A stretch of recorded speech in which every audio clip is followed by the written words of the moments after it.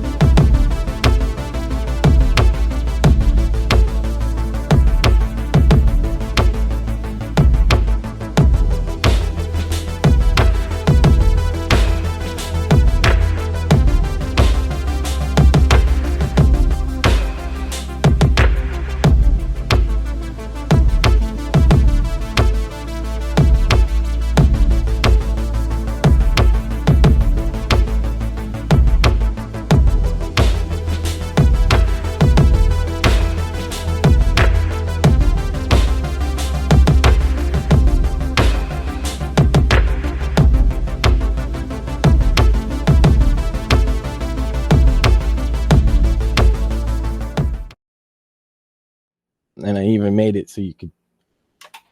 Well, good evening, everyone, and welcome back from summer vacation. I know it already reminded me of homework, Sam, because I'm like, man, we needed because the way that song was made, right?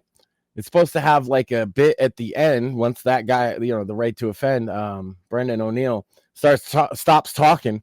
There's supposed to be somebody there going, the Woodfield report, now with 25% more Sam or something. And we hadn't got that. And now that we're back from vacation, Sam, I think we got to get that. Because, yeah, you put the video together real nice there. It's like you through the years, which I appreciate, and different guests that we've had and stuff. Definitely a good intro. Yeah. But, we got homework. Well, speaking of homework, I did have some homework before we went on vacation. Nice. That I imposed. Homework's not nice. Well, but this sounds like it would be nice. Well, homework beats getting hobbled. I take a very like strong, firm anti-homework stance. Well, yes, but self-imposed homework is different, and it beats getting hobbled. Because that's true.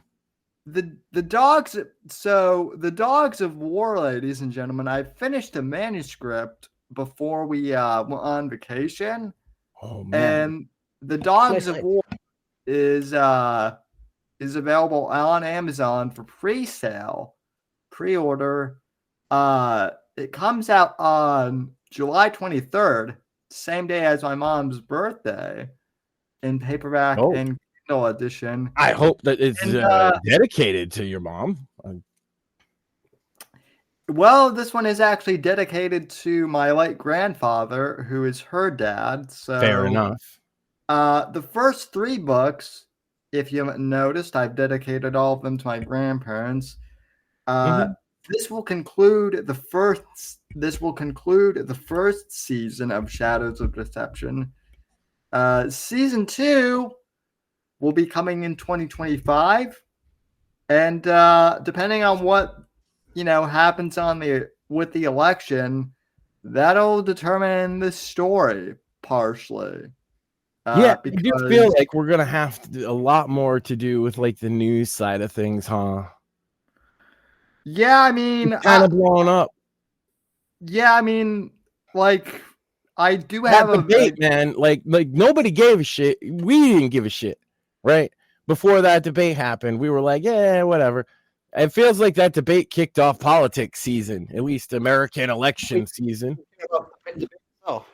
Oh yeah, well, and so like Moore and I have plenty to talk about in regards to that because Moore actually watched the George Stephanopoulos thing, I think, with Biden.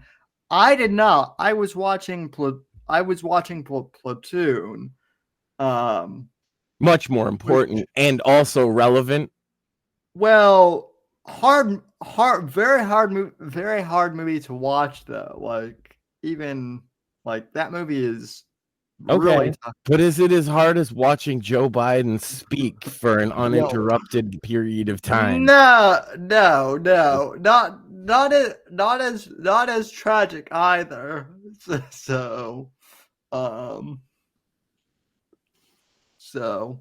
But Max, you had it seems like, how was your 4th of July?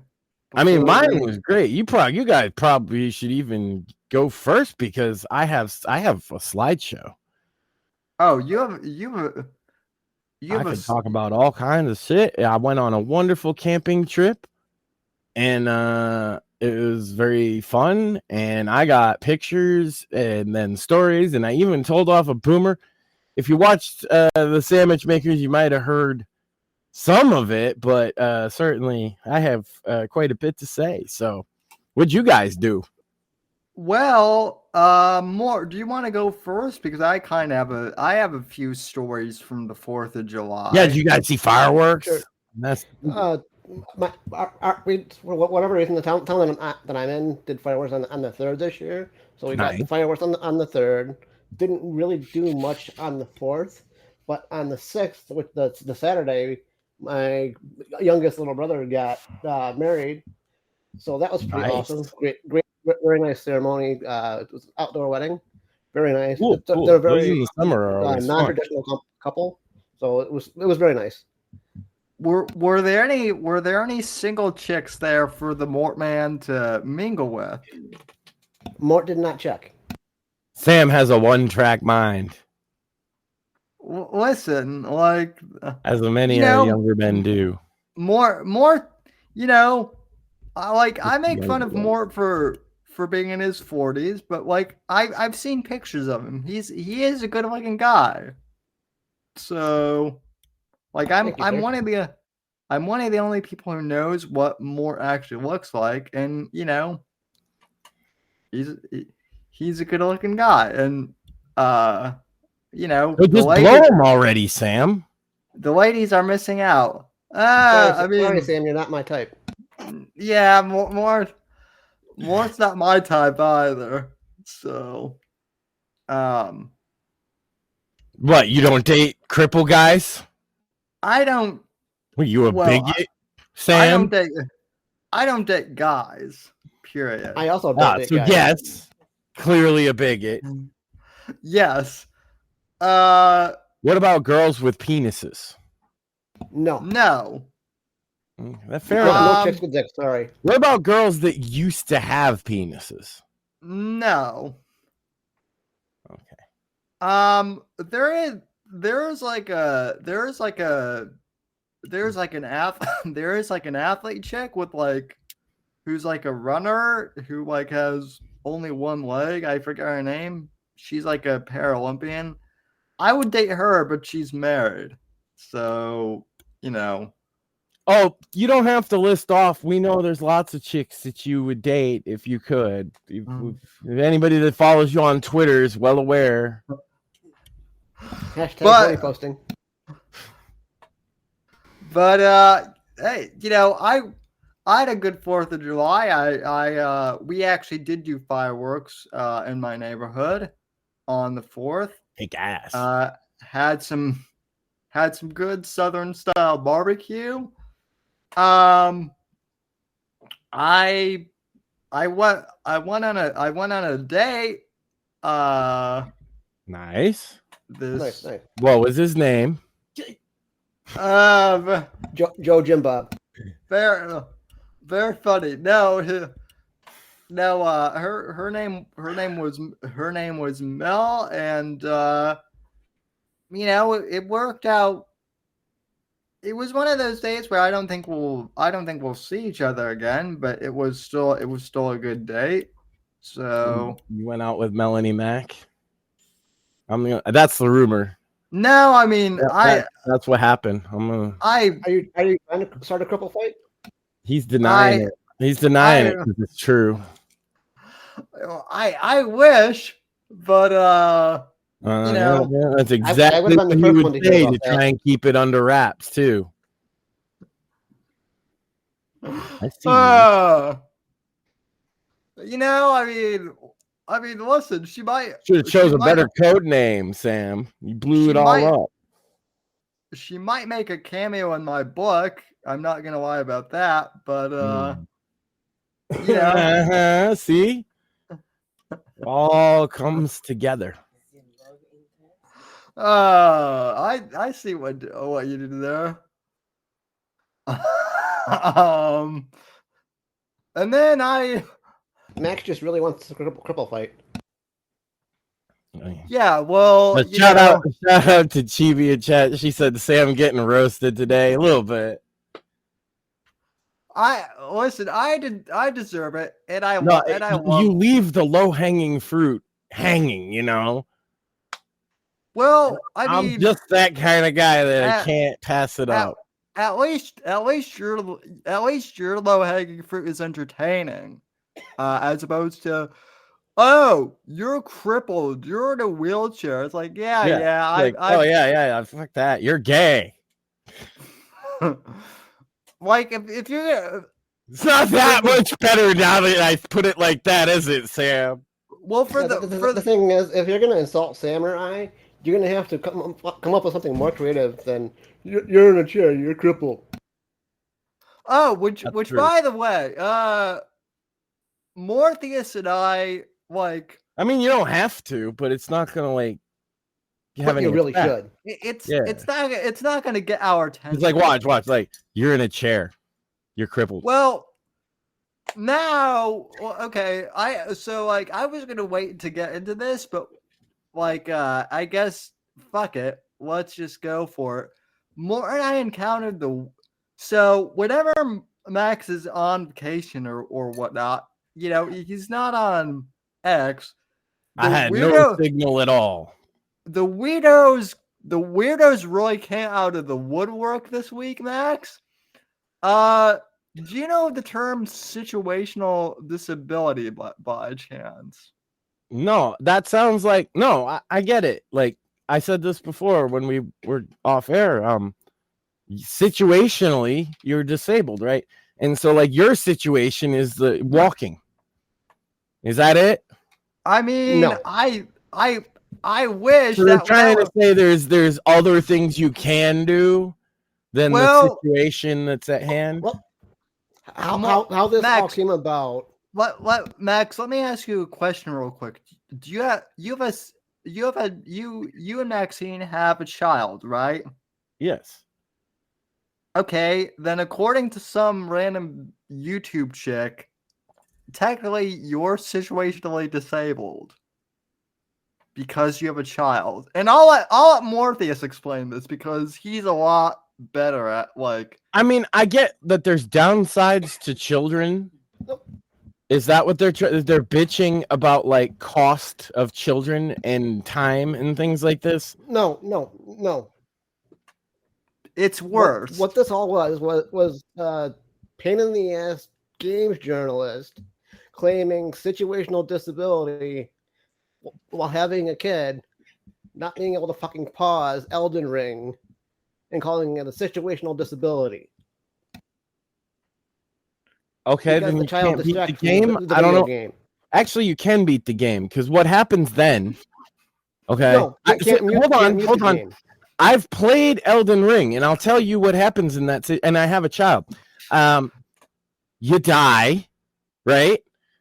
And then you respawn at the nearest. It's not a bonfire in Elden Ring, right? It's like a touch of grace or whatever. Yeah. And then your character will AFK there indefinitely because it's safe. So okay, you died in a Dark Souls game. Who gives a fuck? Apparently, and then it got, excuses. And then it got worse with a bunch of quote unquote games industry people trying to pile on, claiming that situational disability has been a Taking care of your child is not a disability, nor is it more important than a video game. I mean, no, hold on. Nor is a video game more important than taking care of your child. That's what I meant to say. Like, what the fuck? The priorities of this person sound pretty fucking. Are they situationally retarded?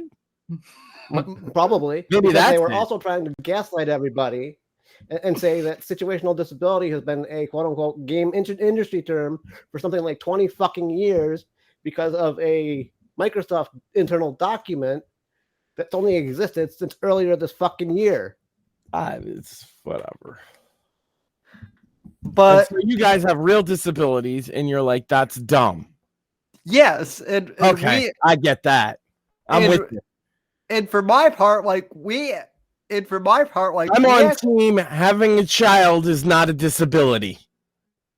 And for our part, and for my part, we actually called these people out on it, and we were called bigots or at least I was. Yep, I was called a bigot, and I even dropped the legal definition of disability, and they tried to dismiss that. They tried to. The thing is, when you enter in official stuff with these people, like leftists like this, like the DSM or an official definition, they knowingly, like instinctually know that by you adopting any of those definitions that you enter in, they're going to exclude some crazy leftist thing and lose support.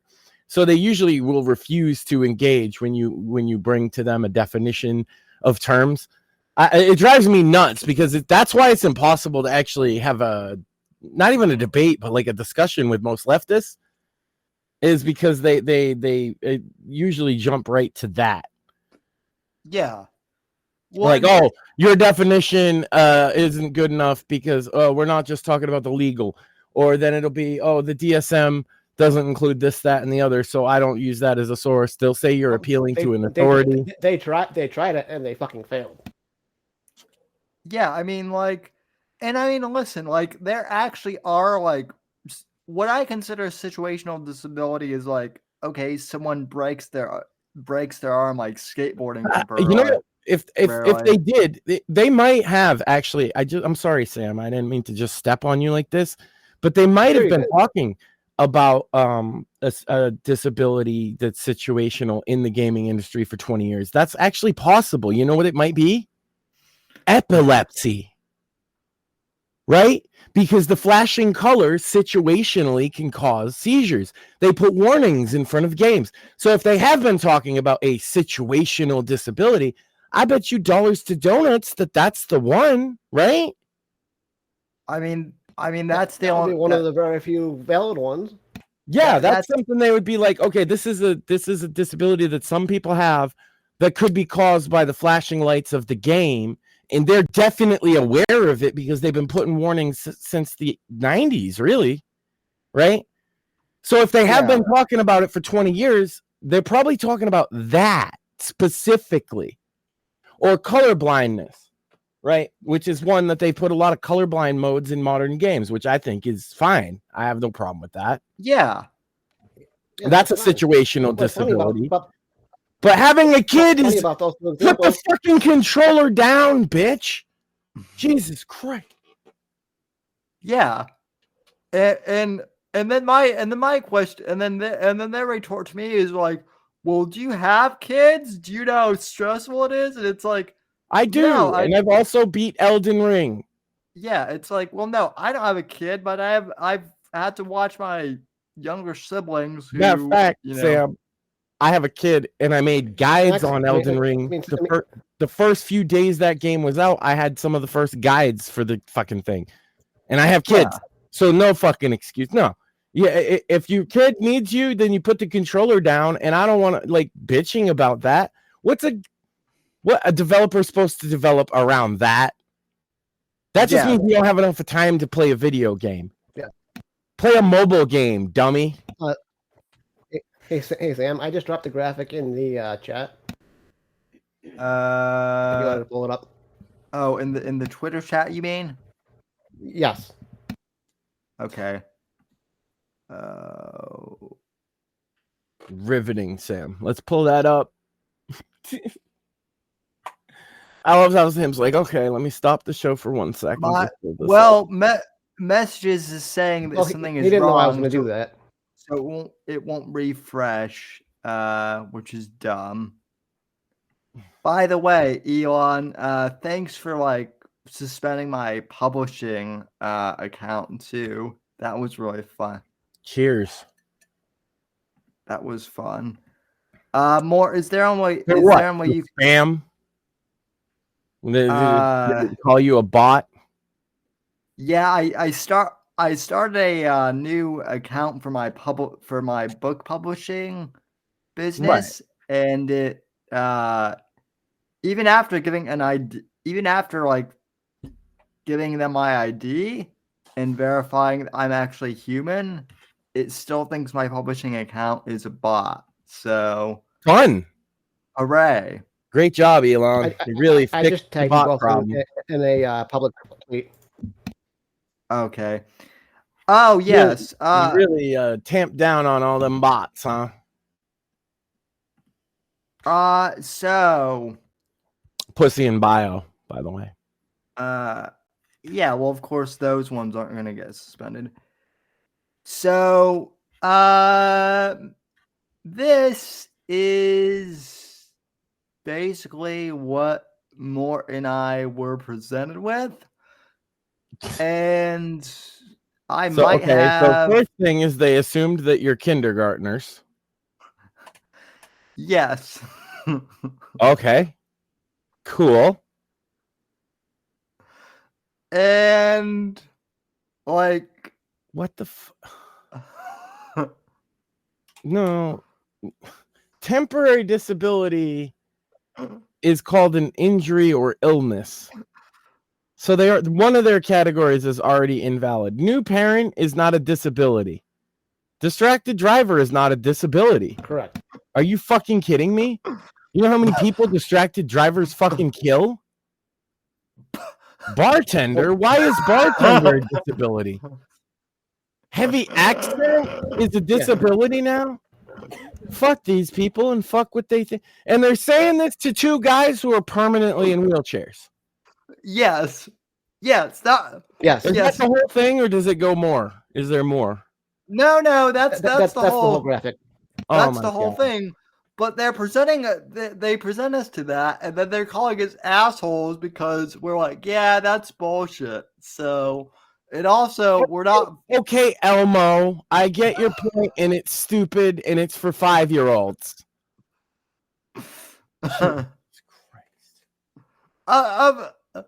I'm not even sure. The guys with actual disabilities in this situation are the real bigots. That's what I take away from this, Sam. You are an awful, horrible, ableist bigot. Yes. Well, we've learned tonight, ladies and gentlemen of the audience, our dear audience that's been with us through so long, we've learned tonight that Sam Wheatfield hates disabled people. It's a shock to me. Not just me, but Morpheus too. Oh no, not more. I thought he was the good one, Sam. Well, no, Morpheus. How did you let this happen? Morpheus is actually worse than I am because he actually I was engaged in this for a fucking week, damn near. Yeah, no, he's actually worse than I am because he kept engaging them, and I actually got DMs from some other people like, could you just tell your friend to stop? And I was like, no, I can't control him. Like, yeah, he's not on a leash, bro. Yeah. Usually you don't have to tell Morpheus shit. He takes care. He's a fucking grown man. I find Mort rants as much shit as I give Mort. Like, hey, the thing people need to realize is when Mort and I are giving each other shit, it's I can't believe I have to explain this, but it's broski banter. You guys have gotten called Uncle Toms by people this year towards disabled people. Now you're getting called ableist bigots. And I'm calling it, Sam. That's the second time in a year you must it has to be true that you guys hate disabled people, right? Not just second time in a year, Max. Second time in 6 fucking months. Yeah. Yeah. I feel like it just has to, like, I don't know, maybe there's a third strike, okay? So could you guys just not get accused of hating disabled people for like another couple months, please? Well, I mean, we'll And then we'll try, wipe but away some, but otherwise you're gonna be labeled forever. See, do you, Sam Whitfield, want to be labeled as somebody that hates disabled people, Sam? I mean, I don't know I if that's a don't. good look for your image. I mean, I don't want to, but considering that all the able-bodied people are now like identifying as disabled, Hey, just I like got a kid, Sam. How dare you? You're Well- a disabled giant now, Max. well, let's. Yeah. Hey, situationally, okay, being really tall has downsides. So yeah, definitely. Well, actually, Max, you actually have like more of a You have more of valid. a claim to that than the freaking game developers do. Yeah. Yeah, like, and look, like, when I think of a situation of disability, like, I think of, okay, maybe your son, Max, like, got a little rough on the monkey bars on the playground and broke his arm or something. Like, maybe Happened to that's my like, brother exactly like that. He broke his collarbone.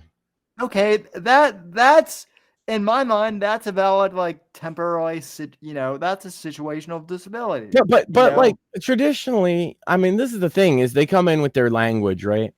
And traditionally, that's just an injury, right? A boo boo. Yeah, You got hurt. That sucks. yeah. Broken bone, even, right? It'll heal. And that Deal gets you with it. street cred. Like, oh man, you broke it. Holy shit. But like that's not a disability. Nobody considers that unless you're in a cast on your leg for like a year. People might consider that a but even then, nobody looks at it as a disability. Oh, Susie broke her leg, right? Yeah. Right.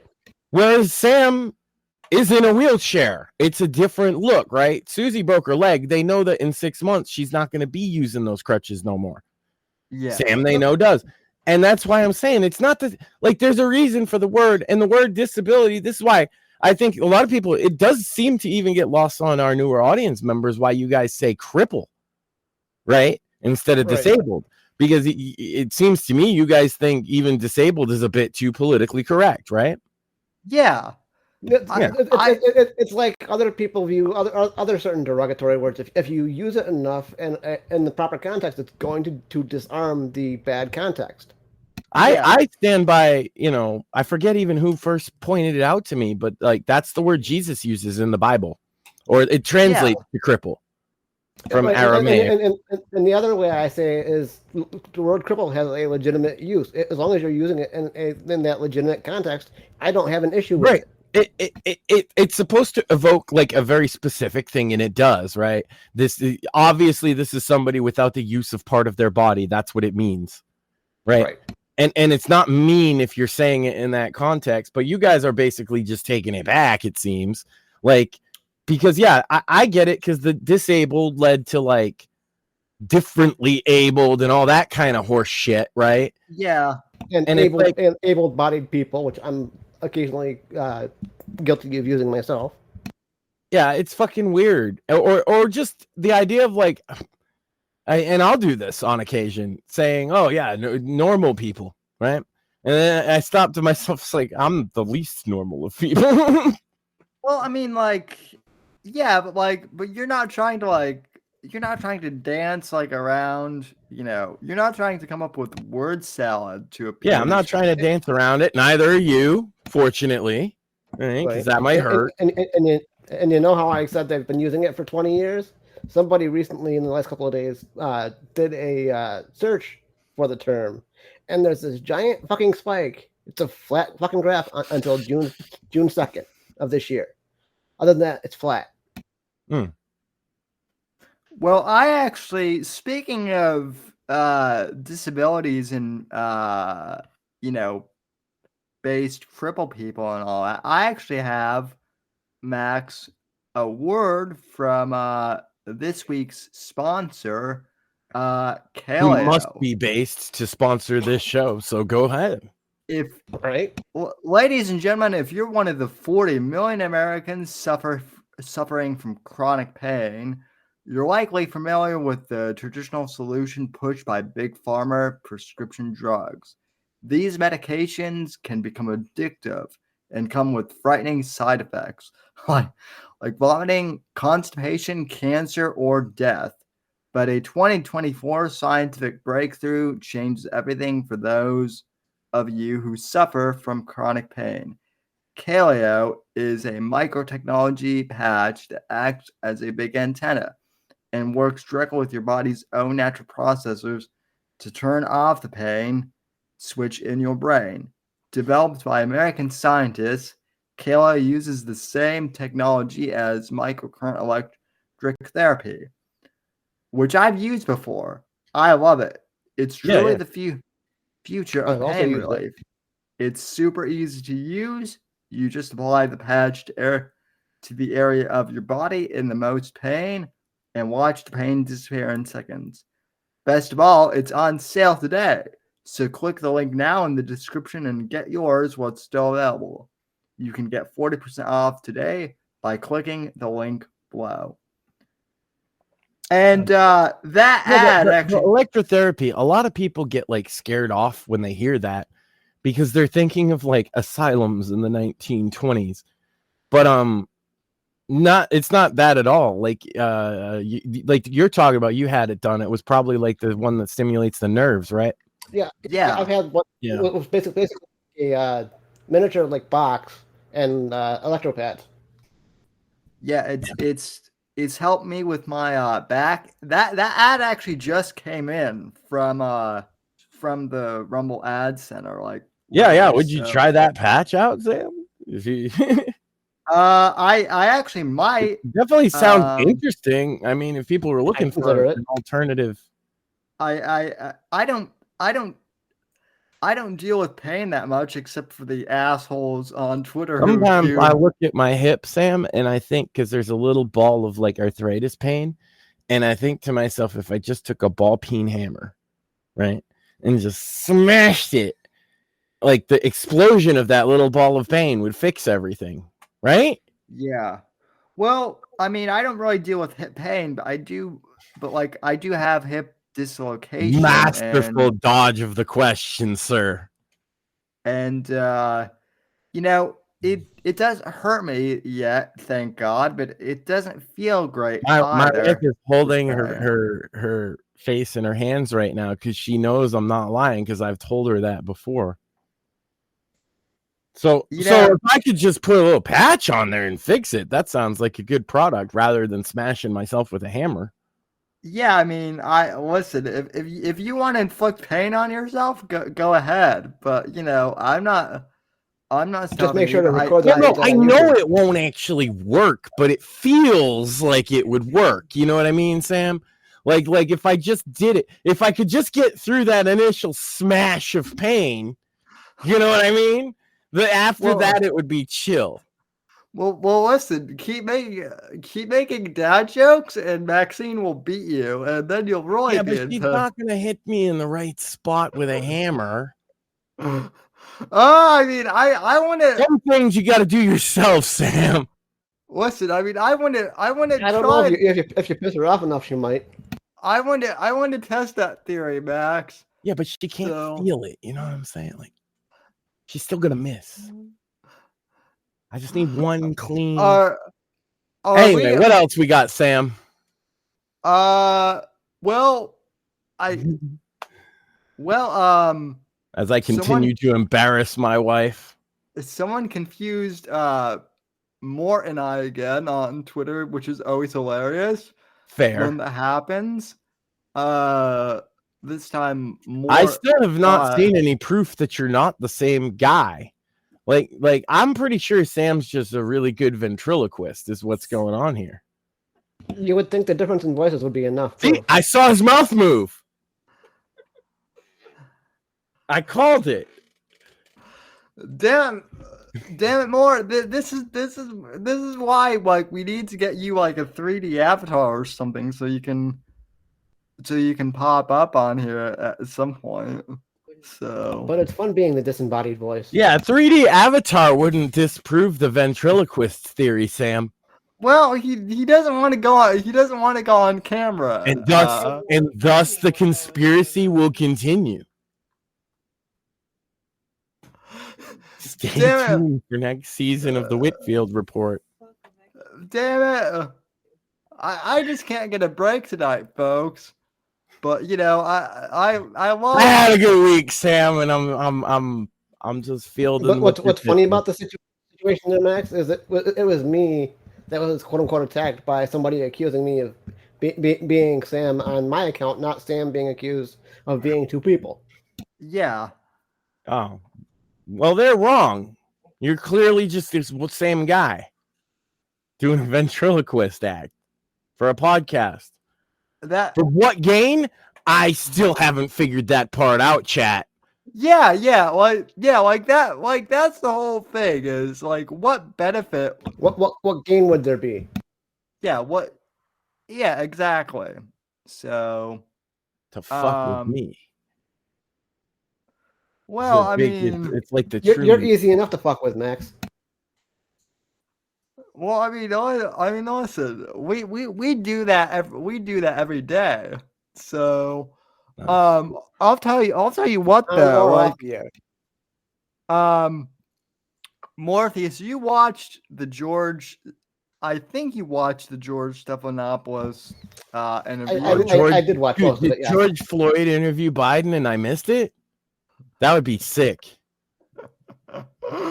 I mean, you're not completely wrong there, Max, because it caught like George Floyd might as well have interviewed Joe Biden, considering that what is Mr. President? I'm dead. That's my George Floyd, ladies and gentlemen. I'll You be know here what? all night. You know what? The scary thing is I dead. couldn't tell if that was George Floyd or Joe Biden. Ah, I see what you did there. Seriously. No, like, I said actual words, so it's clearly not Joe Biden. that's true too. Morpheus, like you're way braver than I am. How many shots had you had to be like, I'm gonna watch this painful interview? Believe it or not, I actually tried to watch it sober, and I ended up with 3 in. Okay, well, so like what? 3 of the good stuff. Yeah, If you can consider decent or no good, yes. I wouldn't know from fucking shit for brains because I just don't do any of them. So I'm just asking if you took 3 of the good ones for a Biden speech. That's still probably not as much as he was on. Correct.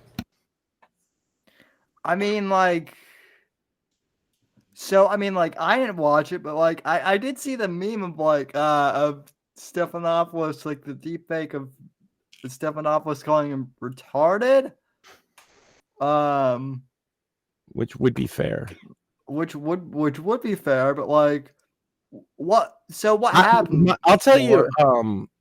I talked to normies throughout all. Stephanopoulos would ask a question, and Joe Biden would go off on a tangent and not answer the question.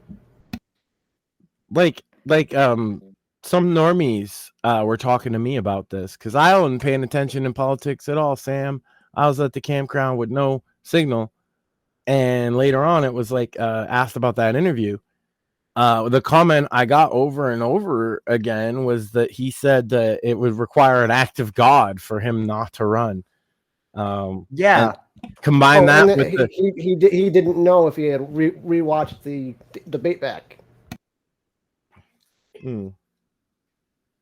But yeah, I actually, Sam, That's a fine segue to how I started my trip. I can actually bring this up. Watch, check this. Yeah, please do. This right here, you see that flag?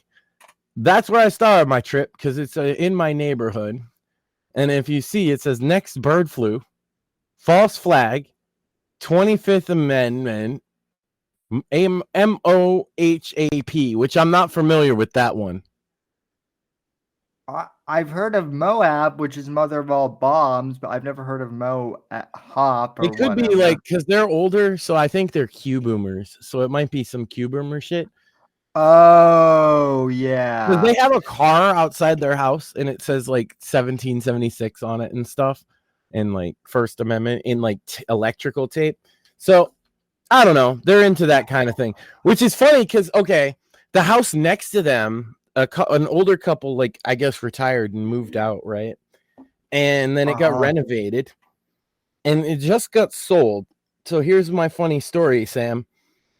It got sold to this young family, and I don't think they knew what they were in for because I just explained they had right-wing, Trump-supporting, Q-boomer extremists on the left-hand side of them, right?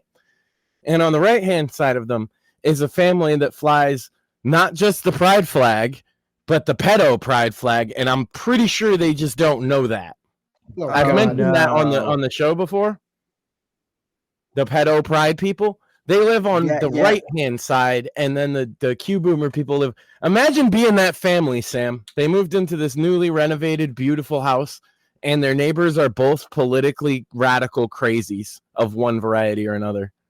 I've just got that song stuck in the middle with you in my head as I'm imagining that. It's also funny because the liberal is like there's like two liberals in the whole like town, and they're the most signally people because the other one has a Black Lives Matter flag, and like, but the funny thing is a bunch of black people live here, and I don't think any of them actually appreciate it. Well, so that is the other thing is like people keep bringing up that Kamala could replace Biden, but like when I was at my 4th of July party, like I did not bring politics up at all, but right. But a couple of my neighbors did, and a couple of my black neighbors who I don't know their politics at all. I don't think they're Republican. They were like, yeah, we'll vote for Trump before we vote for Kamala because I was hearing from a lot of normies that they're fed up with Biden for one reason or another. And including the funny, even my wife overheard like the park rangers at the campground making fun of Biden in his like bad speech. So like that, okay, so that's me leaving home. Fuck Joe Biden. And then we went here. This is like right when you kind of come in just down up the path to beautiful Massasoit State Park, which is it's between like Taunton, Lakeville, whatever, Massachusetts.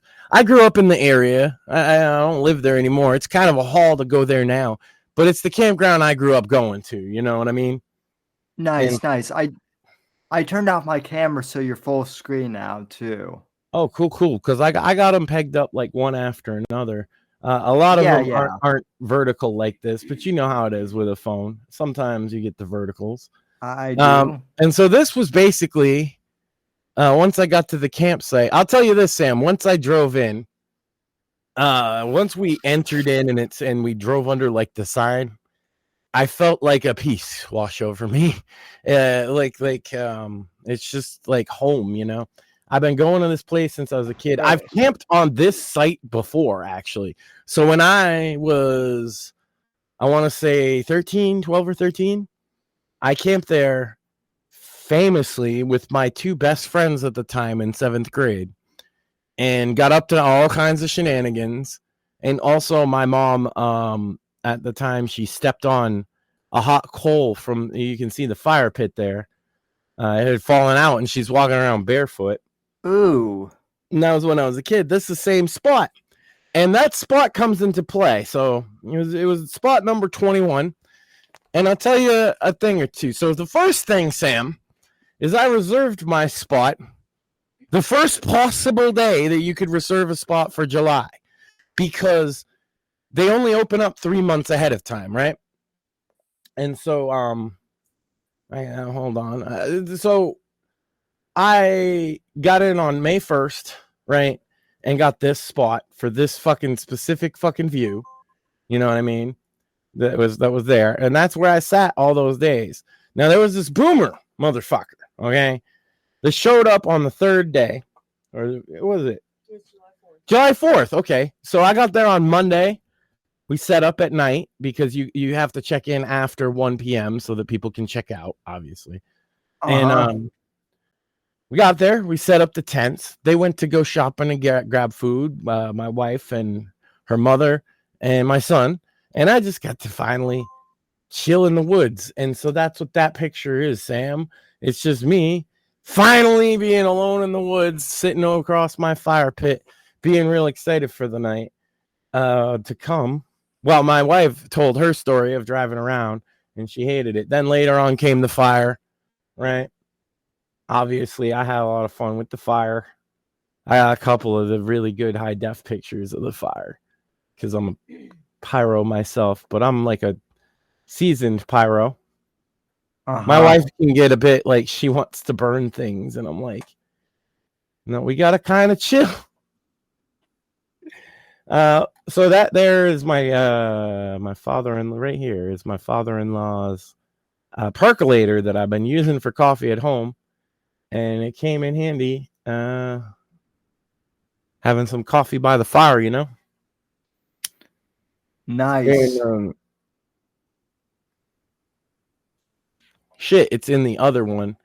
It's in my wife's one. I'll show you after. But the first morning, my son kept going on and on about how he wanted eggs because one of my mother-in-law's old lady friends sent him some eggs, right? Just leave with the cozy fire for a moment. Because that was pretty chill to sit by that fire. And so the mother-in-law, yeah, I don't even remember. Oh, he wanted eggs. Mother-in-law's friend gave him eggs, right? And so I got up that morning. Now I brought my skillet. I'm sure I got a picture of me with the skillet somewhere. This was like to the right of me from that other picture, these two big rocks. That's like a little shack, and then there's a ranger station up to the left. Yep. Very nice. Beautiful scenery, by the way. Yeah, see, Massachusetts still has some beauty left in it, you know? And yeah. Place, like I say, it's a national park. This is just a segment of it where you camp. It's very rustic. Like, they only provide bathrooms, basically. That's pretty much it. You can buy spots with, like, electricity hookup, but that's it. Yeah. You know, you're on your own. And we did tents because we always do. I love sleeping on the ground. I'm not gonna lie. I'm a weirdo. As do I, actually. Well, as long as I have a cozy sleeping bag. Speaking of being a weirdo, there's a man in his element. Pretty fucking chilled out, right? You have a big smile on your face. I dig it. You know, there was a morning coffee. I believe that was the same day. Oh, nice. That is a beautiful cup of coffee. Oh, and I was smoking blunts and bowls the whole time. Nice. See, and I don't know. It says you're not supposed to drink. So I didn't. I read all the rules twice. It didn't say anything about smoking anything, especially pot. So we walked around smoking blunts. We sat by the fire smoking blunts. I did it. There was rangers driving by. There's no way they didn't fucking know. And no one ever said a thing. So I felt like it would have been better to ask forgiveness anyway. Because I had just been like, oh no, I wasn't supposed to. Damn. Yeah. I already had the egg pictures, but they're just not on my slideshow. Just trying to be helpful. She's sending me stuff. Be helpful by making me tech support. So yeah, this is like the trails up by the beach. And this is the beach. And I love this beach. Whoa. That is beautiful. This is up at a bench up by, there's like a bathroom house with showers and stuff. And we took a couple pictures from there because me and her went up there like late at night one night and took pictures. Yeah, that's it, by the way, because we're middle-aged. And we even thought like people are going to think that's weird that we just sit here quietly and then take a couple pictures and leave. That looks like Walloon Lake, right where my up in Michigan, where my grandparents used to live. Crystal clear all the way through. Yeah, you could even see the water's clear on the beach area, and you can see right to the bottom. And there's fish, and they'll bite you. Yeah. They'll nibble at you. My son was trying to catch him. It's fun, you know. It was hot as shit. It was in the 90s. As a young boy should try. But if you wake up and you go swimming first thing, right? The rest of the day you're pretty much cool, you know. You can even go back swimming later. And that's basically the vibe of camping there, you know. You go swimming, you come back, maybe you make a lunch, do a campfire, cook over the campfire. I got some pictures of that somewhere in here. Another picture, same lake. And that rock out in the distance. When I was a kid, we used to swim out to that rock. Nice. Did your son get to swim out to there? Oh, no, he's not big enough for that yet. I bet when I was like 12. It's a good. It's farther than it looks in that picture. I'm sure. Yeah. And then there was one time when we were swimming, there was a funny incident, Sam. I watched a preteen like kind of come of age and become a teenager all in one moment. So we're just chilling there, and he's got Croc shoes. You know those? And yeah. Somebody takes one of them and they throw him past that little rope, right? Now, it's not that there's nothing unsafe past that rope. It's just where they keep the area kind of clean and keep an eye on it. If you go past, there's no lifeguard anyway, right? So nobody's going to stop you. There's nothing dangerous there, and you can swim through the whole fucking lake if you want, and people go boating and everything. But he's a kid, right? He's probably like 13, 14 years old. Big boy. But still a kid, you could tell. And he looks at that rope and he sees, oh no, my shoe's lost forever, right? Because why would he ever go past the rope? No one's ever, this is the thing, no one tells you don't go past the rope except maybe your parents, right? It's just there. There's no signs or nothing. It just says no lifeguard on duty. Yeah. But it's ingrained in your head that you shouldn't go past that rope, even for adults. Most people won't. But if you got to go rescue your shoe, you can fucking swim the other 3 feet and get it, right? And he was conflicted about this for like 5 minutes. And he finally said, I'm going in. And he got it. And then he ran back like the devil was chasing him. It was great. That's awesome. I thought it was adorable. I love stories like that. The good, wholesome, and then somebody else threw it, and then I think it was his brother who was in a little boat took it all the way across the water to the other side, which was fun. Man. This is like from my sight is like right to the right hand of that stop sign, like maybe 100 feet. And then there's the little ranger station I was talking about. But this is like the main road area. That's why there's a picture of dumpsters. If you see down there, that little house is the bathroom, and you go down that path through the D loop. I was on the A loop that has electricity, but the D loop doesn't have electricity. And that's how you walk down to the water. And me and my wife went on many walks there, smoking blunts in the depth dark of night too. That was pretty fun. She talked about that on the sand. She was scared shitless. It was pretty fun. I heard that.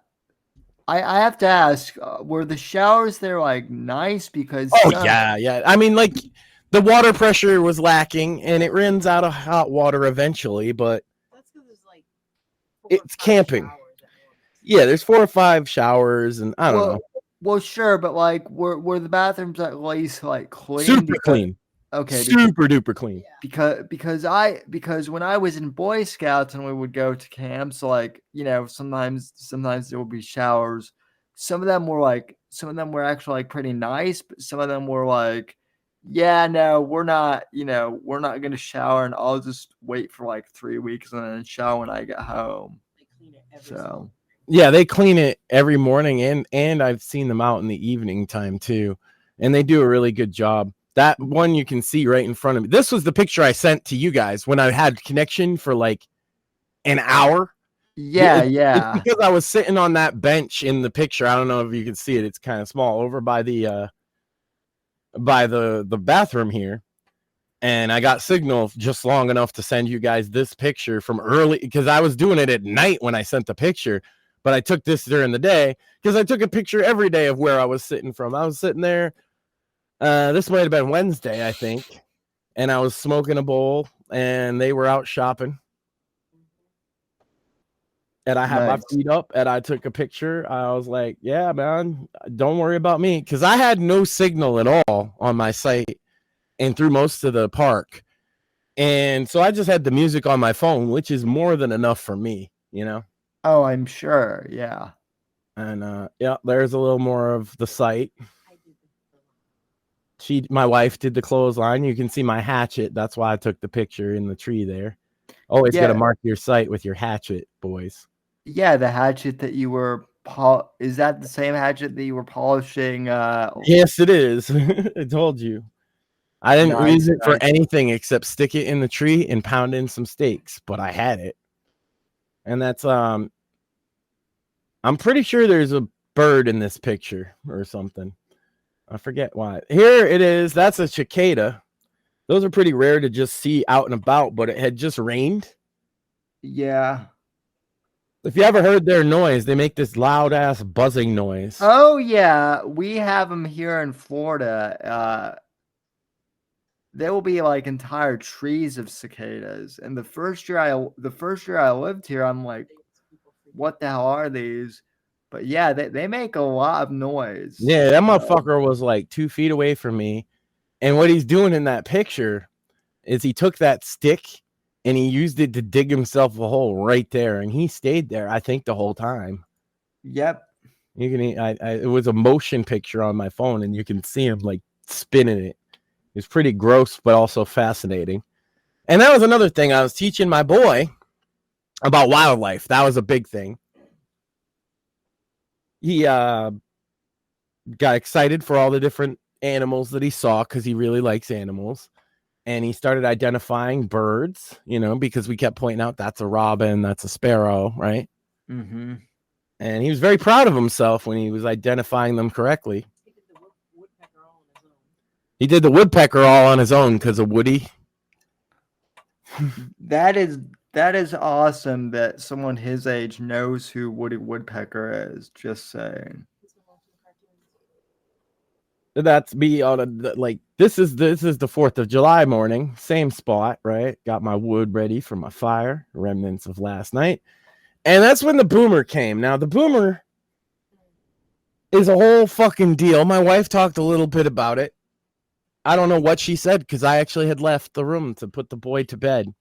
So I missed it. Chibi, by the way, in chat, I just want to point this out. Chibi goes, LOL, the old man. No, I don't know if this is to say. I don't know if she's referring to this story, but probably, yeah.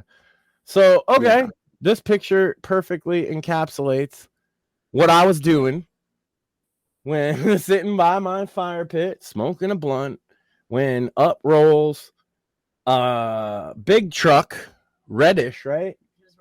It was red, and with a trailer behind it, a fairly big camper trailer, right? Uh-huh. And a guy hops out right in front of our campsite, and he starts walking. I'm not even shitting you, Sam. I should add my face to this story because I was appalled. He walked right into my campsite and started looking in tents Not even kidding you. He looked in my tent, looked in my son's tent. Then he looked at the fucking, like I said, there's an electrical outlet in the middle. It's like a little pole that has a light on it so you can see it and you can plug in there. He walked in, checked my wires, plugged into that. And then he was like, oh, well, where's the site? He didn't even know. So he's like, this is my site. Fuck you. This is your site. You know, that was my first response. But he's an angry boomer. And I know a thing or two about angry boomers. And that wasn't going to help the situation. Right, Sam? So I put on my ultra kind face and was really accommodating. And I even showed him my reservation on my phone that said I had this site through the 1st through the 5th. Then he tried to argue with me that he had site 121. I was on site 21. He said, well, you're site 021. I'm 121, and that's this. 121? There's only one site 21 in the whole fucking place, you moron. Oh, no, sir. I've had this site since Monday. I got it till Saturday. And he's yelling at this point, raising his voice at me. He's already violated my space, Sam. He looked in my kid's tent like a freak, telling me I need to move, telling me, and he was getting cocky. Like, you know the entitled boomer mentality, Sam? Yeah. When they they own everything. And he's just like, I'm going to get this site, basically. And I was nice the whole time. I showed him everything. I showed his wife. Then he showed me a map. They draw you a map with a highlighter. So there's a map of all the sites and all the roads. And they go on the highlighter and they draw right up to your site. And then it was circled site A8. And I'm like, bitch, you just like my site. Because as you can see from some of the pictures, Sam, my site was fairly large. And it was right at the main entrance point. And it's right next to the showers. My mother-in-law really appreciated that. She actually said she thinks it's the best site in the place. I disagree, but not for practical reasons. I was pointing out to my wife some of the sites on D-Loop have the absolute best scene because they're kind of on a hill and there's a cliff, and on the other side of that hill is that fucking lake. So those sites are very pretty. And one of them is even up on a hill, but they don't have electricity. We kind of need electricity because, keep things charged and stuff. And we're going to be there 5 days. And man, last year, I talked about this. We got caught in like a massive rainstorm for the 4th of July. Oh, yeah. I remember that. This year, I just had a boomer storm. And so I did what the thing about boomer, the angry entitled boomer is going to get his way unless you do a thing that every millennial who's ever dealt with them does. Our entire generation learned a thing and coined the phrase receipts. Receipts. Facts. It's the only thing that beats these fucking entitled boomers because they'll talk their way into anything, but goddamn if they can't carry a paperwork to save their fucking life. Just like him. He was lying, Sam. Yeah. He told me he booked that in February, and I immediately knew he was lying because I'm like, reservations opened up May 1st. You want to know why I know that? Big brain think. I said that to him when reservations opened on May 1st, I grabbed this site. The first day. Because you have to do it exactly 3 months before you go. You can't do it in February. They won't let you. Otherwise, everybody would just book it up a year in advance and nobody would have a chance at it. That's the point. So I knew he was lying and he was trying to do his boomer thing. And I said, all right, do your boomer thing. Hey, the ranger drives by about every 5 minutes. Let's wait for him. We'll call him over here. Oh, all of a sudden, boomer had to go to the bathroom.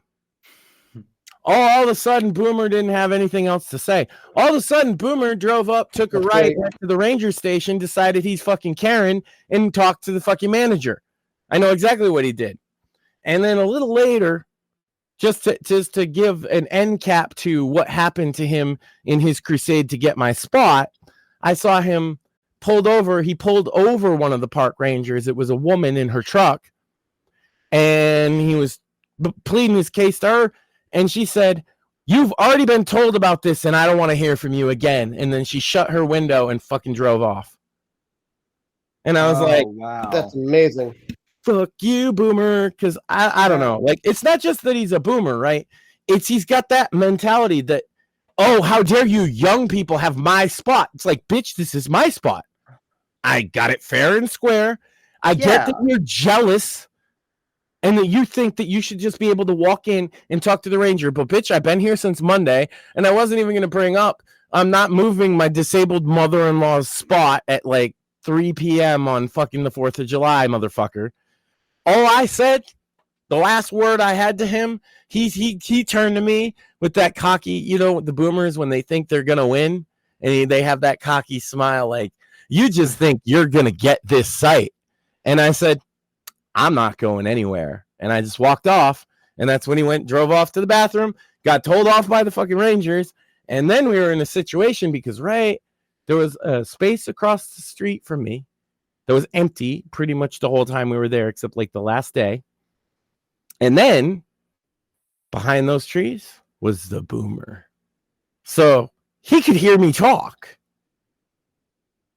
And I talked loud about how awesome my site was and how happy I was to have it and how it worked out so great. And I'm going to reserve it first thing next year for the 4th of July. And then I'm playing music and I realized, oh shit, if he can hear me talk, he can hear my music. And this is boomer music. So I put on rap, I put on metal, fucking, you know, I'm like jamming out. Because you know me, Sam, I got varied tastes in music, right? So I'm jamming out to something and then I'm like, oh shit, wait, this is Survivor, Eye of the Tiger. A boomer might like that. Let's put on some 50 Cent. Boomer. No. Happy 4th of July, boomer. No. See, Max. And then it rained, Sam. It rained that night on him. Oh. He was bitching for the next day and a half. He kept, as he kept going to the bathroom, he kept stopping. You can see the rock in some of the pictures. Hold on. I don't know. I'll bring up one that had it. But yeah, right here. Okay. So you can see those trees. And in the bathroom, he had to go left down that path to go to his site, right? So every time he'd go to the bathroom, he'd stop by that cluster of trees right there, which is in the middle of the road. And he'd just stare at me all angry. And I would just sit there with my feet up, smoking a blunt, and blow the smoke at him. That's awesome. I'm sorry. I just like owned that boomer so hard with his bullshit. Anyway, the playground. So this playground was pretty awesome. If you saw the sandwich makers, you probably saw me use the zip line, which was a little bit crazy for me to do because I'm a full grown man, but I definitely did. Zip lines are fun. Yeah, so if you see way in the back there's like a little platform and then like a green thing. There's a zip line that goes between them that's really fast. So I got my boy to do it too. He was afraid to do it. He saw me do it, and then he did it and had a blast. Okay. Well, because that was going to be my next question. Is your son at the age where he's like, nah, Dad, I'm too cool for the playground? Oh, no. You know? He's at the age where he's still kind of intimidated by some, like, because that's a big kid toy. That's why that playground is so cool, because it's full of big kid toys. There's a rock wall. I couldn't do that, though, because I could touch the top from the ground, so it's not fair. That jungle gym you saw in the background, too, I climbed up on that for a second. I don't think my wife even took a picture of that. But I climbed up there, not all the way up, but I was a good 6 feet off the ground on that rope jungle gym. That was kind of fun. Well, I mean, let's face it, Max, you are a big kid at heart. And then we had a wonderful meal of some fucking steaks over the campfire. Nice. Which I saw that picture in the Gilded too. Mm-hmm. That was. And then, of course, to go with it, you take the corn on the cob right on the campfire, and then you just peel off the husk, and it's fucking. That's the best way to have corn on the cob, just so anybody knows. It is. It's also a recipe of the Massasoit tribe, which used to live on those, they used to live on those lands. They still live nearby. I grew up in the same town as them. They're still here. Yeah. They're like not one of those Indian groups that either got wiped out or forced to move. But this is where they used to spend summers, and that's one of their old recipes because corn grows real good here, right? Yeah. It makes a really good right over the campfire. Obviously, that's the tent. It was pretty cool. I enjoyed sleeping in the tent. Like my wife pointed out, I was pointing out the stars and the constellations to her. That's like the other view of the woods from my tent's front door. Lots of wildlife, nothing too dangerous. There are bears, but we've been 3 years. We've not encountered a bear. Yeah. Or even a coyote or a fucking possums, maybe a fisher cat, a skunk, stuff like that. Well, and you guys know how to store your food properly so that you guys don't No Bigfoot, right? Yeah. So this is the last day as I was moving out, it finally really started to rain. And our neighbor across the way was like, I had all my shit packed up, but it took 2 trips, right? So I told the mother-in-law, take the boy and her home, then come get the rest of the stuff and me, so we'll have more space. My boy didn't want to go home without me, so he came back because he was worried and he wouldn't take no for an answer. But the whole time I was waiting here. So here's another fun story: is I had to shit so bad. But I couldn't just, and you can see to the right there is the bathroom. It's like fucking 50 feet away. But I can't just leave my stuff. So I had to sit there and wait. And then it started raining. Oh. Finally came. And without being too gross, I destroyed that fucking toilet as I sat here taking these pictures of my last day. All visitors must leave. I thought that sign is great, right? Because that's all it says, right? Yeah. It just says all visitors get the fuck out. I love this place. That's the road. That's my campsite. Like once we were all torn down and obviously a little wet from the rain. It was pretty fun. And what's the last one? And then on the way home, there was a Trump rally in the town nearby. Based. So I started with that sign, and I finished with that Trump rally. And what was the other one? Oh, I got the woman's story. This is a fun one. So we're chilling at the beach, right, Sam? Oh, God. And my son's playing with all the other kids because he does. He's always like the king of the world. And doesn't matter where he goes, the little kids, he'll just listen to him. And he's playing with these 2 other kids. And this weird woman comes up. She's all tattooed and stuff. She looks like if you were to take a textbook single mom.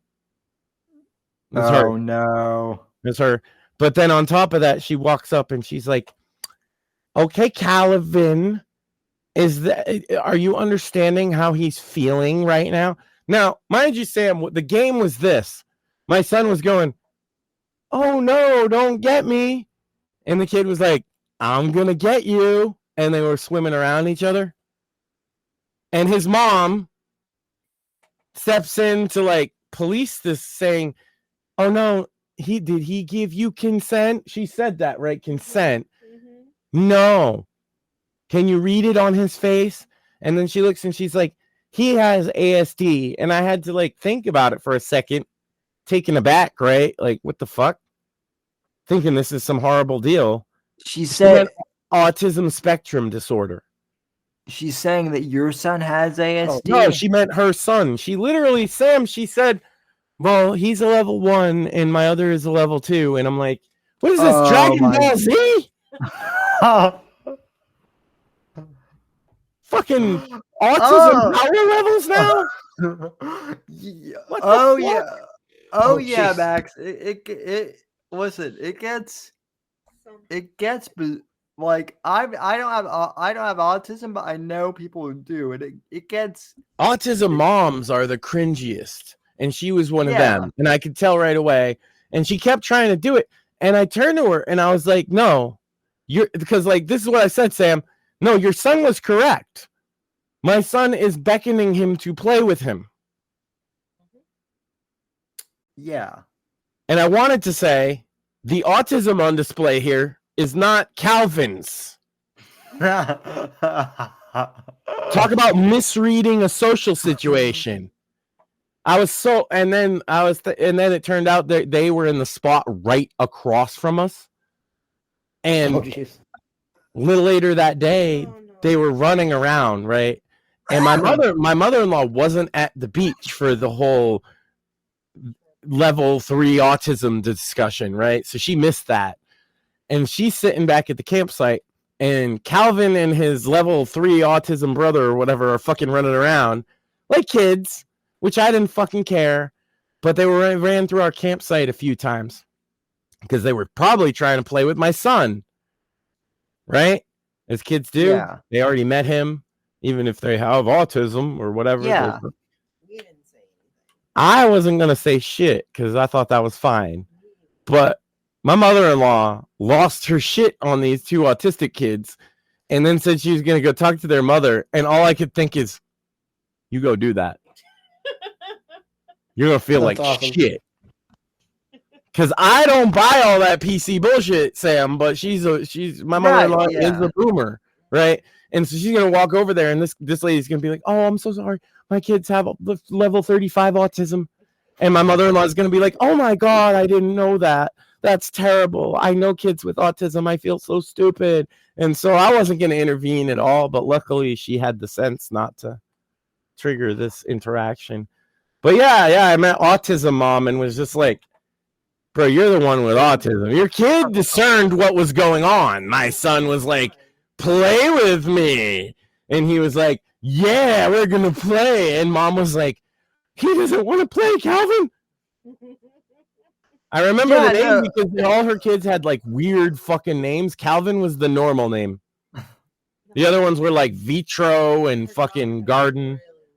Yeah, her daughter was like named Garden Salad or something. Oh my God. Yeah, it was fucking. Oh my God. Well, like They have. She signed all of it. Yeah, she was signing to them because apparently autism makes you deaf. Did you know that, Sam? I didn't know that. yeah,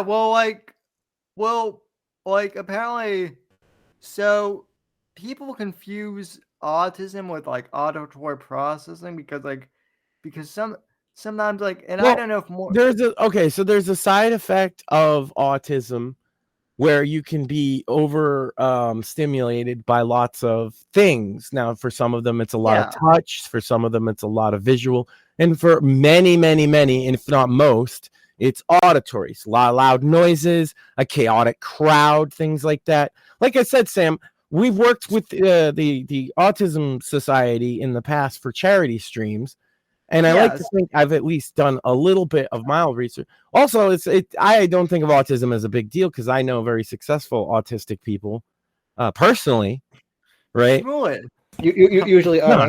That's a joke, right? But like I honestly do know people with autism disorder who are quite successful in life. Yeah. And I feel bad for a kid that gets smothered in that way. Because my kid was just trying to play normal, and her kid was too, and she doesn't have the social capacity to look at a little kid who's being like, "Oh no, don't come get me." That's well, in all honesty, Max, like that. Calvin, did his face say he wanted to get you? And Calvin's like, yes. Well, like in all honesty, Max, that kind of brings me back to the beginning of my show, to the beginning of the show. Like one of the reasons why Morpheus and I get along, and why I said that he's like a leprechaun, is because like most of the other disabled kids when I was growing up, like they had helicopter parents who would like shield them from everything. And these autism moms, they want to be that, and they do go crazy with this shit. I happen to have looked at the DSM before, lady. That's why the levels thing I find so absurd. That's not in there. There's just a spectrum. the DSM thing is one of those newfangled like social justice warrior-y terms that it's basically like one of Not those even though, because what they're talking about levels and stuff isn't in there. There is autism spectrum disorder, which there's argument from professionals across the board whether or not it's too broad of a spectrum, right? Because most people they could label as being on it now because of how broad it is, but it also needs to be broad because it really does include a cluster of other disorders or symptoms that can be part of something else or might also be attributed to something else. We didn't know much about autism just a few decades ago, right? And you have a movie like Rain Man, and yeah, Rain Man is not actually autistic. Did you know that, Sam? The guy that Rain Man is based off of? I actually did know that. Right. And so there's a lot of misinformation about autism, and especially among boomers. This is another one. Like, I find, like, as much as the millennial autism mom drove me crazy, I find a lot of times boomers think, and I'm not sure it's their fault, but they think that autism is the new politically correct word for what they used to call retards. Right. Yes. Which is not the case at all. It's completely divorced from IQ, just like cerebral palsy is divorced from IQ. It might coincide, just like autism, if you have like damage to certain parts of the brain because of the neurological goings on, it might affect IQ, but it doesn't necessarily affect IQ. Right. Yeah. It's more It's a neurological disorder. Actually, it's in the same category as cerebral palsy. It is a neurological disorder. Yeah, it doesn't affect cognitivity at all. So right, just like my situation with spina bifida, doesn't affect cognitive issues, but I can have other issues that affect it, but the spina bifida itself does not. I will say that the whole thing with auditory overstimulation, it doesn't really affect me now. But when I was younger, if I were in a situation where there was too much noise, it wasn't that like my ears were hurting, but like my brain would process too much noise to where I would just shut down and kind of zone out and get that 1,000-yard stare that Biden gets, where it's just right. I mean, no, it can be a lot for anybody. Can get a little bit of audio or visual overstimulation.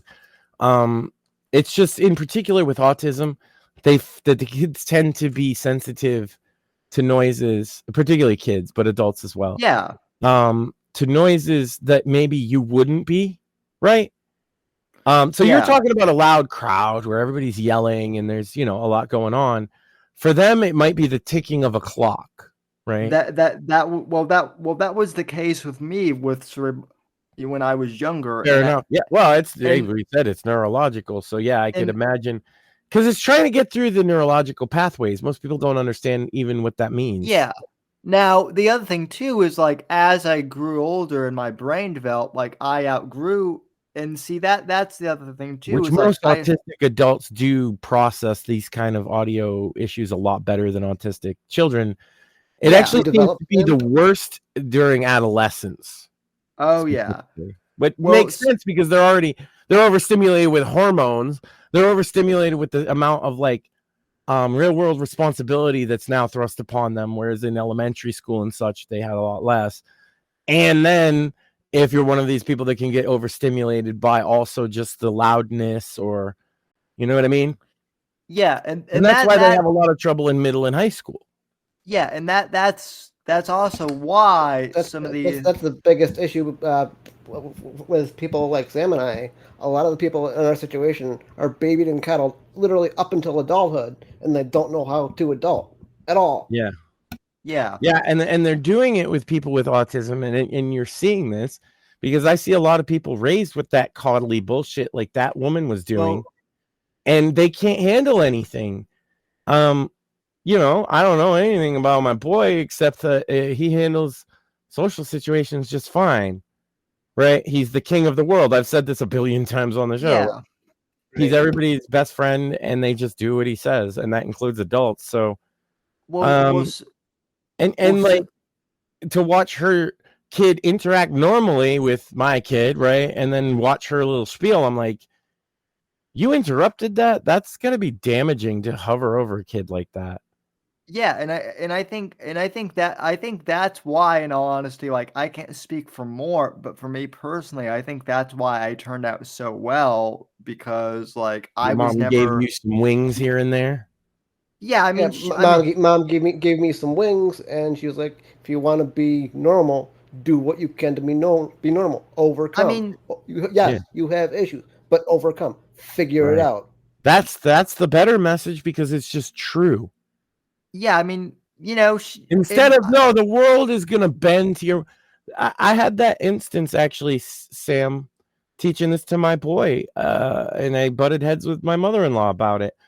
His he had a tablet that he was using to watch movie at nighttime, before bed, and it got wet, right, and so it wasn't charging, and there was nothing that could be done about that. That's one of those things. We tried drying it out, it ain't working. He just doesn't have it. And my mother-in-law is like feeding into him crying about it, right? And I'm just like, Ma, he'll get over it in 5 minutes if you just stop. You know what I mean? Making it all about that. He has to learn that it can't be fixed right now. So he has to adapt. She goes off, flips out, whatever. Then she leaves for the night. And like I whip out my Steam Deck, give it to him for 20 minutes tops, and he forgot all about it and was having a grand old time in his tent and went to sleep. Right? yeah. And it's like you got to teach him. Like you can't rely on, everything for all your entertainment, especially you're out in the wood. That was I said to my mother-in-law, and maybe it was a bit not the best way to say it, but I was like, I don't give a fuck. I'm not gonna try and fix it. He's in the woods. He'll be fine. And I He mean, slept like, in that tent before, with and without his little tablet, right? Because the same thing happened last year. Because you get a little damp out in the woods, yeah. He just has to learn, and he did, right? And it took 5 minutes for him to get over the whole thing. If that. It took maybe 30 seconds once I turned on the fucking video. I play Dad's video game? Yup, buddy. Okay. Easy fix. And then he's got his little fix of a screen, and he went and laid down and went to sleep. The other thing too is like, and I don't know if he's developed this thought yet, but like, what I've done is like when I go camping, I'm like, I better swap out my weather case on my phone for like a weatherproof. Well, his thing is big old kids safe tablet, but it just Yeah, I mean, yeah, I know, but if you get still, wet in the port, you get wet in the yeah, port. And then it's like, nope, still wet. It happens. still says it's wet now. It's been like Yeah. half a week. oof. Hopefully, it wasn't like a really expensive tablet. No, and we usually get them one. Actually, we were getting them a new one every year, but we skipped a year, so it's kind of past its. We'll get him a new one for his birthday. Is it one of those Kindle Fire kids tablets? I have. Okay. Yeah. Well then, your son is too young to read The Shadows of Deception, but I was gonna do a shield for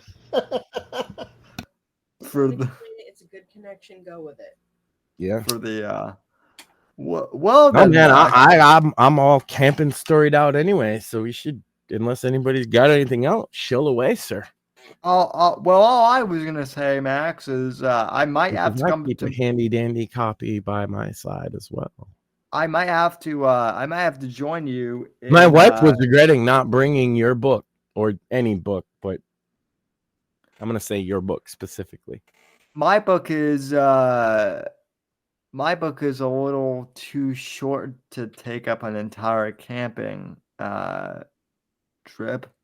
Take them both. But yeah, take them both. Take all three once the Dogs of War is out. I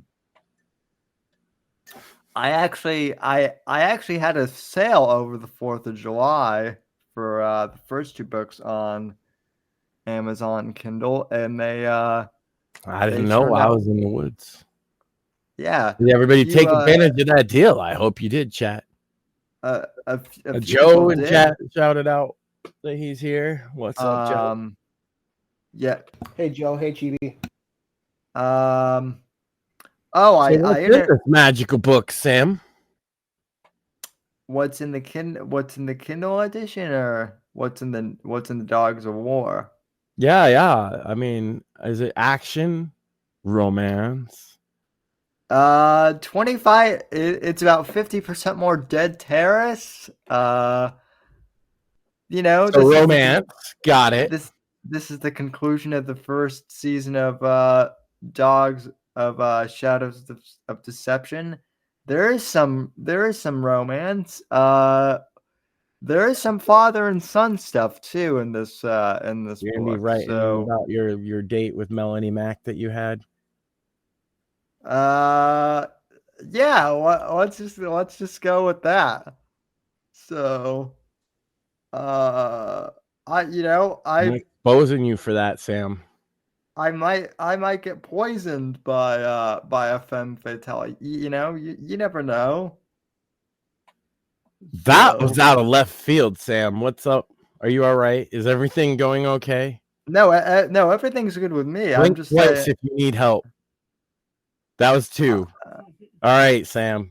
More on the case. I'm just saying,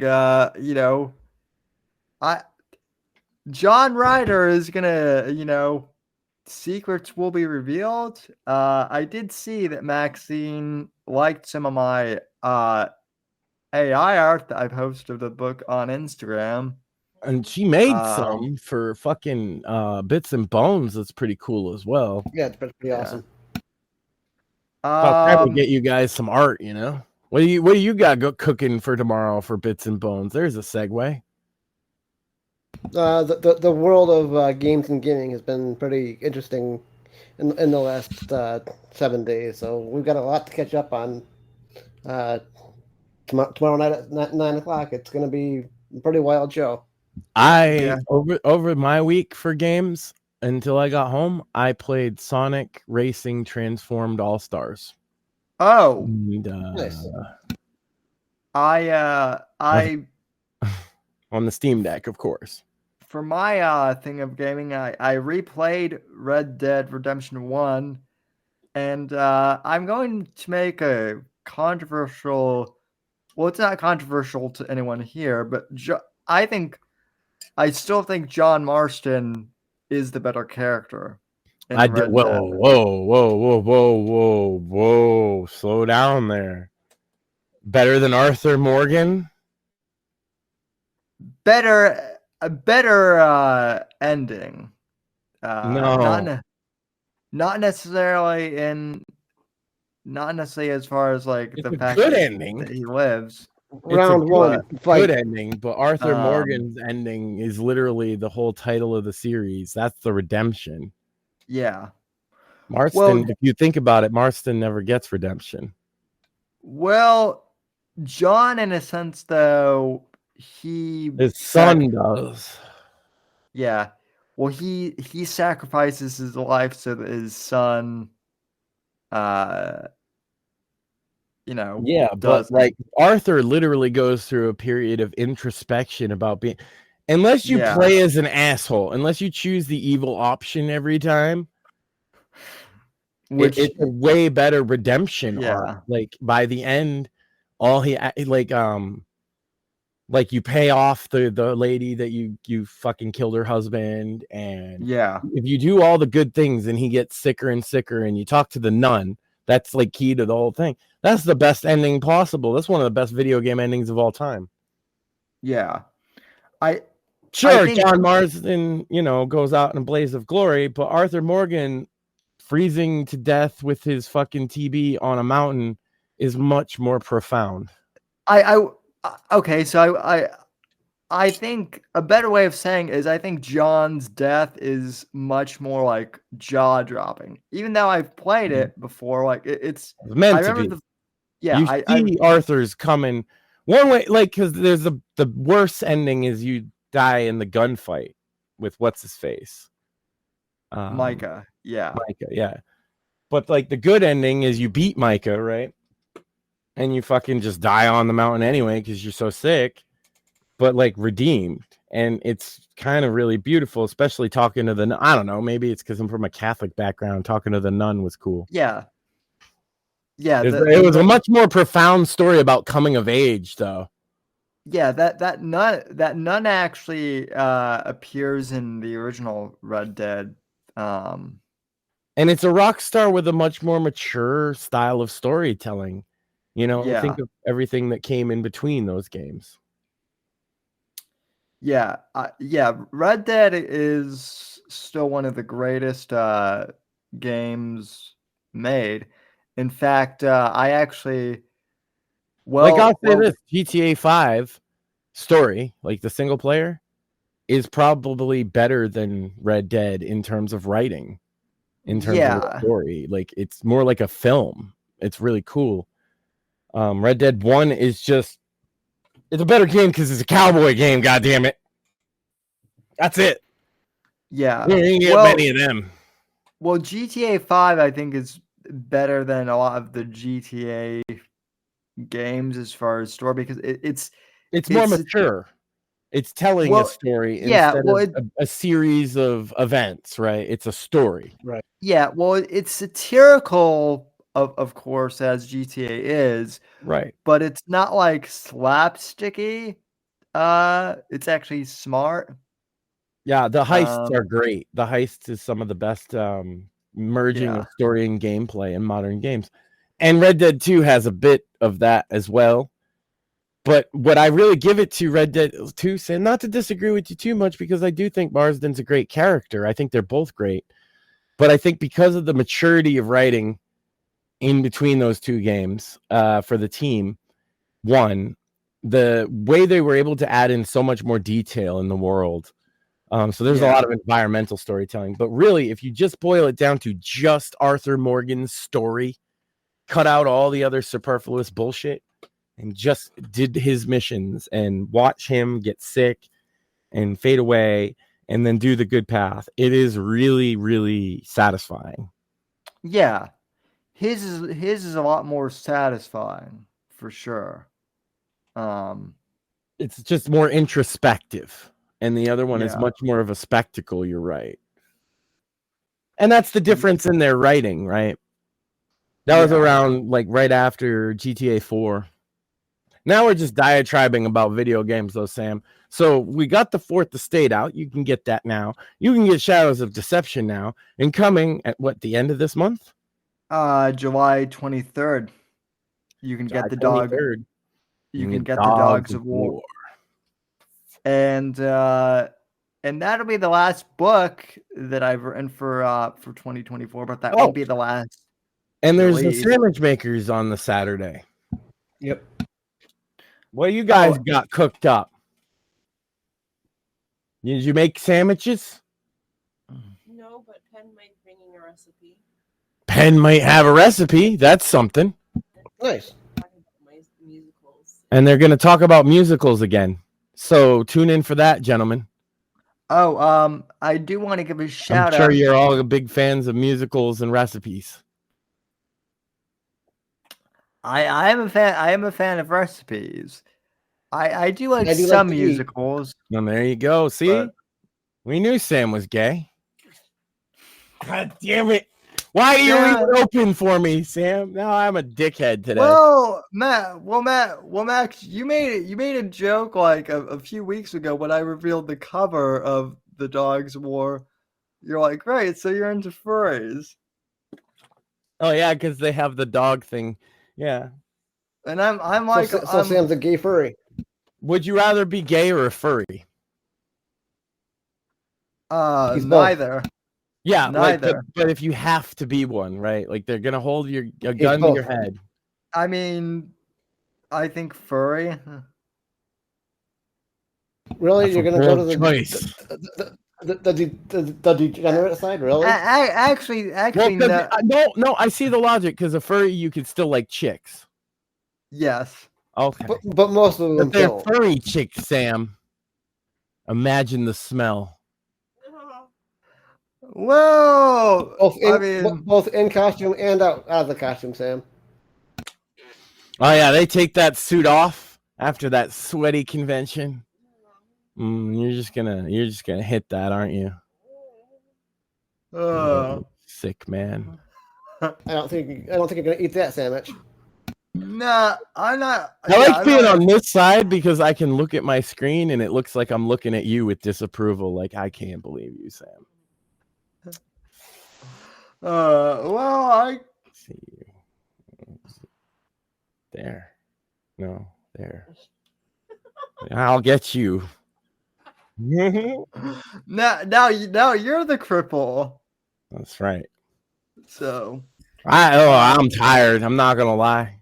I mean, I've gone for multiple long walks since I got home, so I can't be like I'm a little bitch. But I hurt, man. I'm old. I got scars. I got this was from a burn from my frying pan because I got one of them, big cast iron pans when it gets hot, and it was like, if you look at it, the scab sort of formed into the shape on the indent of the handle, just like I touched it. Like, wait, Max, I got it. So you have. And you know what's funny about that, Sam, is I got branded by the logo. You know what the logo's for?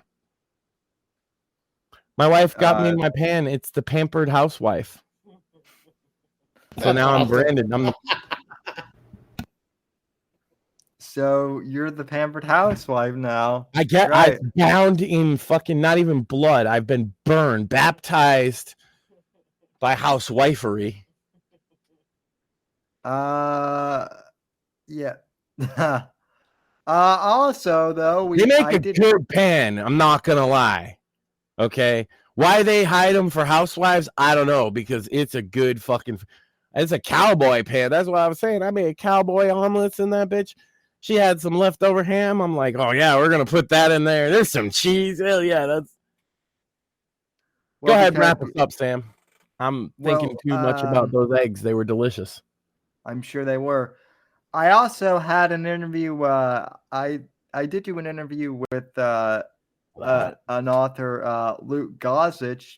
I pre-recorded that, but that aired on Monday, and want to give a shout out to him. Very inspirational guy, and he has a very inspiring story, and I highly encourage you to check that out. It's on Rumble and Spotify. And yeah, I think and then I think we'll be getting John Guarnieri here in August. I've been talking to him. Nice. And turns out he's actually a fan of the show, which doesn't like. That's cool. Well, I mean, it kind of feels surreal to have all these people tuning into the show, but I'm also not surprised either. I mean, I think we put on a good show. We've been enjoying ourselves, We've been enjoying it, really. And we're high energy tonight coming back from our big break. Everybody celebrated America. The girls celebrated America. The fucking boys of the Bits and Bones celebrated America. You celebrated America. Yeah. Good times. And now we feel great. And it's on. I mean, we got to do more news though, huh? Well, I mean, now we actually have news to cover. Yeah. With things people actually give a shit about it, right? Because that's why we skipped all them other debates. Nobody gave a shit about them, and we were right every time except this one. And we could not have predicted that Joe Biden was going to come off that poorly, because usually he doesn't. Usually, if it's all the lights are shining down on him, he can put together a sentence. Yeah. It's not like a whole minute of him going blip blip blip blip blip. We killed Medicare or whatever. So I beat Medicare. Southern people rape their daughters or something like. Yeah, he crashed and burned hard, and normal people noticed and were talking about it. And I think that for us sparks that this is going to be the beginning of election season, but also, I don't know about you, Sam. Media is trying to back up. We always thought, no, you didn't, motherfucker. You covered it up. We're in normie ass part of Massachusetts, and it's Trump everywhere. I ain't seen anything for Biden. Yeah. Well, we'll see. I will see how it turns out. I don't know. Obviously, Boston's gonna vote for Biden, and they outvote me. But I'm just saying, if Normieville, Massachusetts, is like fuck Joe Biden, and Normieville, Alabama, and Normieville, Ohio, and everywhere is fuck Joe Biden, even the Democrats want to replace him. I don't understand how there's a path to victory for him. I do want to remind people, as my aunt reminded me today, Trump took Michigan in 2016. So it's not, and that was even with Detroit going for Hillary. So I want to remind people it's not impossible. We just have to get out. We just have to get out there. The other thing too, Max, is the clip. You and I did that post analysis debate show on Friday, and you saw the clip where the two of us were talking. Oh, pay attention to Barack and Hillary. That clip has gone somewhat viral because there are all these people who are saying, "Oh, well, Joe's going to get secretly ousted, and it's going to be He said an act of God specifically. And you know why that strikes me, Sam, is because it was my normie mother-in-law, who's not particularly political and doesn't really like Trump, pointed that out to me. That might have actually changed her vote. It was that bad. And in the same interview, he said he was like the black woman or whatever. She noticed that, and she doesn't follow this shit.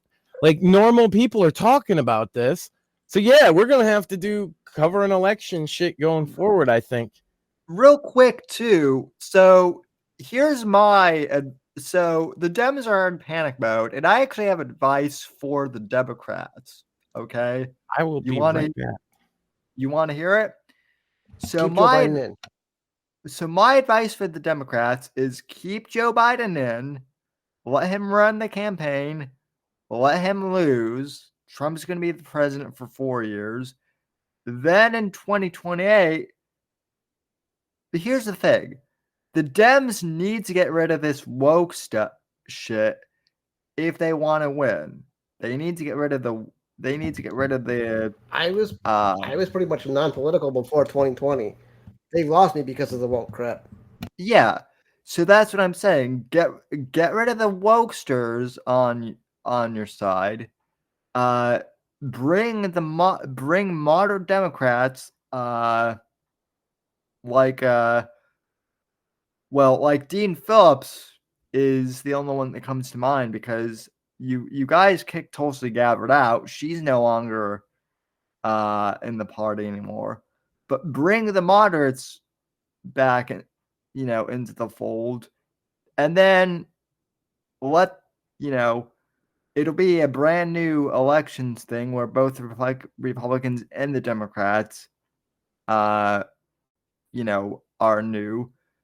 But that's the only way that the Dems can do this, because woke has backfired on your party. And so that's my only political advice for the Democrats. But of course, they won't take it because I'm an evil Trump guy. So what do I know? And I've said this before, and I'll say it again because I still believe this. If they do oust Biden, they absolutely have to go with Kamala. Because of the woke stuff and how much they push race baiting, they have to absolutely go with Kamala as their person. Well, that is literally the only thing that they can do legally, because they're literally stuck with Kamala, and I just want to denounce everything you just said. That's awful. Did you even hear what I? Did you even hear? No, I went and took a piss. You took too long wrapping it up. Oh, okay. No, what I was saying, Max, essentially is that the Dems, if they want to win, what they need to do is they just need to let Biden lose this election. Well, that's what I'm saying. Like the Obama type in the Clinton camp seem pretty intent on just letting Joe loose. They have to. Or Kamala. Like if something happens to Joe, they're happy to let Kamala loose too, I think. That's their only option. Then they're on the back foot. Then a big bad orange man is back. They have something to raise money about, etc. Well, and then 2028, and then 2028 rolls around. It'll be a brand new field. They have to get rid of the woke stuff too, though, if they want to bring. The problem is they have to get rid of some of the people in the field that aren't woke too. Democrats need fresh blood across the board for a presidential race next time around. Like, I'm not trying to give them advice, but it's true. Like, like Buttigieg can't be on that stage again. Like none of those people that have been there before. I can't be. When you have the oldest president ever, to bounce back to that, if you want to actually like win, is going to be a young person who's probably very slightly woke, right? Maybe, but hopefully, or AOC, she'll be eligible to run. Oh, that God. could be fun. Yeah, that could be fun too. So she'll run eventually, you know it. Hashtag big booty Latina. She'll be the first big booty Latina. Hashtag horse teeth. Am I right? Yeah. Hashtag bag overhead. Anyway, though, folks, great to be back. We had a good Talk show. about our policies for a second. Why don't you dicks? What? Democrats don't. Why should we? What policies? Well, the awful ones about socialism. Yeah, what specific? That's the thing. It's like people are like, oh, she has great policies. Okay. What I do, Chibi? Name them. I love how Chibi's giving you shit, but not giving me shit for saying that she has fucked up teeth. So, I said I put a bag over her head. No, well, I don't know. So, besides dogging on AOC, and Joe Biden's probably going to lose, but we're going to stay tuned to find out what else we got in the future. We got your book. We got Bits and Bones tomorrow. We got Sandwich Makers on Saturday. And we will be back next week. You got any interviews or anything? Nope. None that I know of coming up, but that you just interview yourself sometime. That would be hilarious. Actually, you should interview me sometime. That'd be fun. That would be.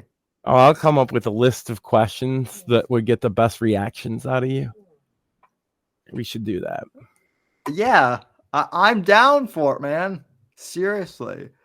But anyway, folks, you've been we could borrow a polygraph machine. Oh. That's maybe asking too much. I don't know how that would even work because you're in Massachusetts. I'm in Florida.